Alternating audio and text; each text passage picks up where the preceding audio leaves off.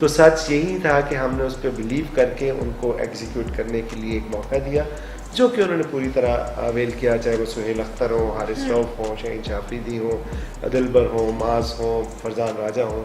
So there is a long list. So मैं समझता हूँ कि इसमें कोई डरने वाली बात ही नहीं थी। और कलंदर की फ़िलॉसफी वैसे भी आपको पता है सेल्फलेस है और फियरलेस है, ना हम लालची हैं ना हमें डर लगता है। बॉलिंग बैटिंग इस दफ़ा तो कमाल हो गया। तो लेकिन अगर बिग बैश के जो हीरो हारिस राउफ वो रिदम में क्यों नहीं नज़र आए? शाहीन शाह अफरीदी ने भी बड़ा अच्छा परफॉर्म किया, लेकिन हारिस राउफ वैसे जो जैसे हमारी उम्मीदें थी वैसा परफॉर्म ना कर सके, तो इस हवाले से क्या कहेंगे आप? खैर कलंदर से भी लोगों की 4 साल से उम्मीदें थी, उस तरह परफॉर्म नहीं कर पा रहे थे। बट मैं आपको बताऊं कि देखिए वो विकेट्स डिफरेंट थी, ऑब्वियसली वहाँ पे बाउंस का फ़र्क था। और दूसरा वो जब यहाँ आए तो अनफॉर्चुनेटली उन्हें स्ट्रेस रिएक्शन हो गया उनके पाँव में। सो वो अपने 100% फिट नहीं थे। हम तो ये समझते थे कि हमने उन्हें कहा भी कि यार आप रेस्ट करें, बट बड़ी मुश्किल से 2-3 मैच वो बाहर बैठे और उन्होंने रिहैब किया। उन्होंने कहा नहीं मैंने खेलना है इस टीम के लिए। सो ये उनकी कमिटमेंट थी कि वो 70-80% फिट हो के भी वो खेल रहे थे। तो डेफिनेटली बॉलर्स की प्लेयर्स की ज़िंदगी में ऐसा मौके आते हैं जब वो कभी रिदम में होते हैं, कभी नहीं होते। सो कोई नहीं, आने वाले सालों में आप देख लेंगे कि वो आ जाएंगे रिदम में वापस। कैप्टन की बात करें तो सुहेल अख्तर को चांस दिया गया, और भी काफ़ी सीनियर प्लेयर्स थे, तो किस तरह क्या चीज़ देखी गई और किस तरह कॉन्फिडेंस लेवल उन पे बहाल किया गया और क्यों उनको सेलेक्ट किया गया? देखिए हम समझते हैं कि क्रिकेट में सबसे इम्पॉर्टेंट रोल जो है वो कैप्टन का होता है। और हमारे जो प्राइम मिनिस्टर इमरान खान साहब वो भी अपने दौर में यही बात करते थे कि कोचेस का वो रोल नहीं होता जो कप्तान का रोल होता है। और कप्तान के लिए ज़रूरी होता है कि वो अपने प्लेयर्स को जाने जो उसके मेन स्ट्रेंथ है। और चूँकि हमारा ये इस सीज़न में हमारे जो ज़्यादा प्लेयर थे वो हमारे प्लेयर डेवलपमेंट प्रोग्राम से थे, जिसको सुहेल पिछले 3 साल से उनके साथ काम कर रहे हैं। उनको उनकी वीकनेस का पता है, उनकी स्ट्रेंथ का पता है। और फिर ऑब्वियसली हफीज़ जैसे और फ़खर जैसे हमें ग्रेट प्लेयर जो है वो हमारे साथ थे उसको एडवाइस करने के लिए। तो हम ये समझते थे कि हमने एक ही टूर्नामेंट अबू धाबी कप जीता था 2018 में, जो पूरे डोमेस्टिक टीमों का हुआ था पूरी दुनिया की, और उसके लीडर भी सुहेल अख्तर थे। सो हम ये समझते थे कि उनके अंदर टेम्परामेंट भी है, उनके अंदर स्किल भी है, और उनके अंदर ये चीज़ है कि वो कप्तानी कर सकें, टीम को लीड कर सकें।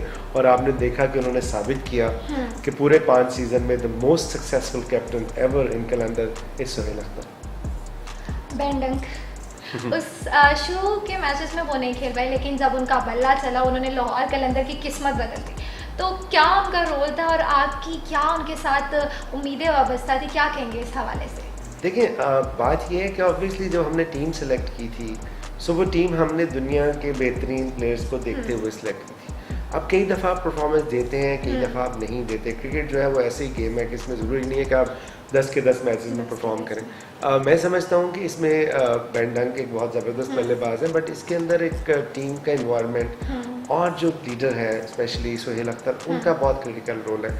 कि जिस तरह जब team was down and out, so उस वक्त जिस तरह उन्होंने टीम को संभाला और आकिब ने जिस तरह टीम को संभाला, और हमारे सीनियर प्लेयर ने जिस तरह हफीज़ हैं, फ़खर जमान है, इन्होंने टीम के लिए काम किया। तो ये जब सारा एक फैमिली की तरह जब काम करते हैं, सो हर बंदे की ख्वाहिश होती है कि उसके अंदर कंट्रीब्यूट करें। सो बैंडंग ने भी जो इनिंग्स खेली, मेरा ख्याल है कि मैंने अपनी ज़िंदगी में ऐसी इनिंग्स नहीं देखी। लेकिन अगर उससे आप पीछे चले जाएँ, अनफॉर्चुनेटली हम वो मैच हम हार गए, बट जो हफीज़ ने इनिंग्स खेली, मेरे ख्याल में मैंने उस तरह की इनिंग्स आज तक हफीज़ की तरफ से नहीं देखी। Unfortunately we end up in on a losing side, but innings का क्रेडिट जो है वो उनसे कोई नहीं ले सकता। और बेंटन की बबल गम के हवाले से क्या कहेंगे? उनकी जब उनका बल्ला चलता है और बॉल बाउंड्री से बाहर हो जाती है, तो कभी पूछा नहीं क्या इसमें क्या जादू है, क्या प्रेशर में नहीं आती? और कभी पूछा, इत्तेफाक हुआ है आपका? देखिए पूछता इंसान उससे है कि अगर किसी का सरफ के डब्बे में से कोई निकला हो, तो हमने तो ड्राफ्ट में से उन्हें रखा था, उनकी स्किल सेट को देखते हुए रखा था, और डेफिनेटली हमें उन पर बिलीव था।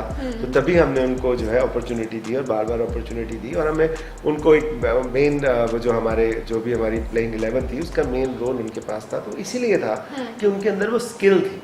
अब वो स्किल की डिलीवरी उनसे जब उन्होंने हुई, तो बाकी लोगों ने भी इस बात को मान लिया कि हमने जो ड्राफ्ट किया तो वो ठीक किया।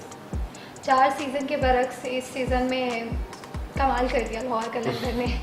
तो on the ground, of the ground तो हम 4 साल से कमाल ही कर रहे हैं। तो इस हवाले से क्या कहेंगे? सेमीफाइनल में कोरोना वायरस की वजह से मैच मुतासिर हो गए हैं, लेकिन आपकी क्या उम्मीदें वाबस्ता है कि ट्रॉफ़ी लाहौरियों के पास आएगी कि नहीं?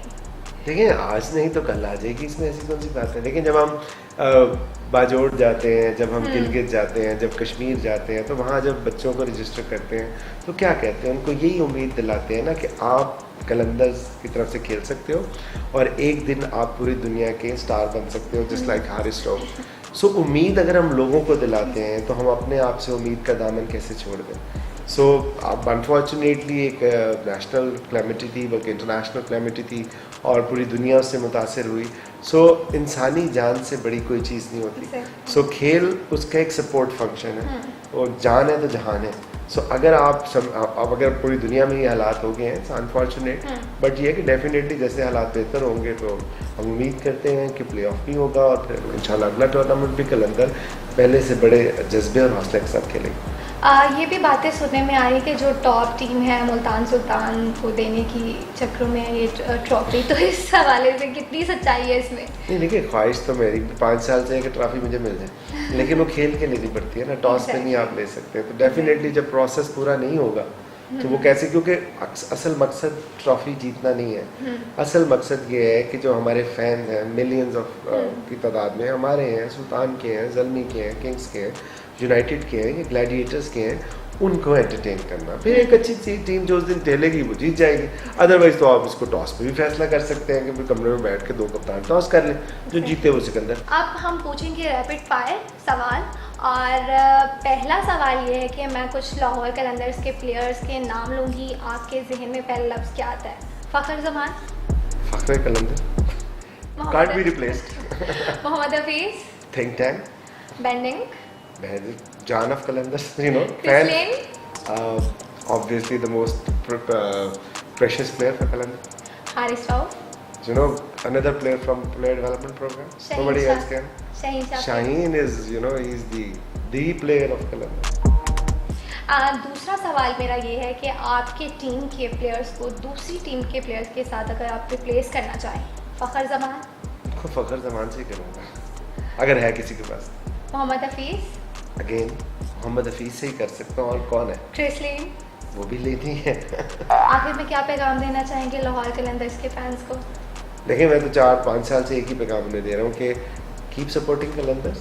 इंशाल्लाह ये आपको लेट डाउन नहीं करेंगे, टाइम ज़रूर लगेगा, बट हम प्रोसेस पे बिलीव करते हैं। जिस तरह आपने देखा हमारी उसी बिलीव पे आपको शहीन शाह अफरीदी आए, आपको फ़खर जमान आए, आपके हारिस रऊफ आए, दिलबर हुसैन आए, मास खान आए, अब सुहेल अख्तर। सो उस बिलीव को हमारे साथ, उनका हमें साथ चाहिए कि उस बिलीव को अपना भी बिलीव बनाएं, और इंशाल्लाह आने वाले सालों में जब आप देखेंगे जब बॉटम पे हम इतनी देर गुजार सकते हैं तो टॉप पे भी इतनी देर गुजार सकते हैं। बहुत शुक्रिया आपने टिकटिकी की टीम को टाइम दिया, और इसी तरह सपोर्ट करते रहेंगे, और बहुत शुक्रिया, थैंक यू सो मच।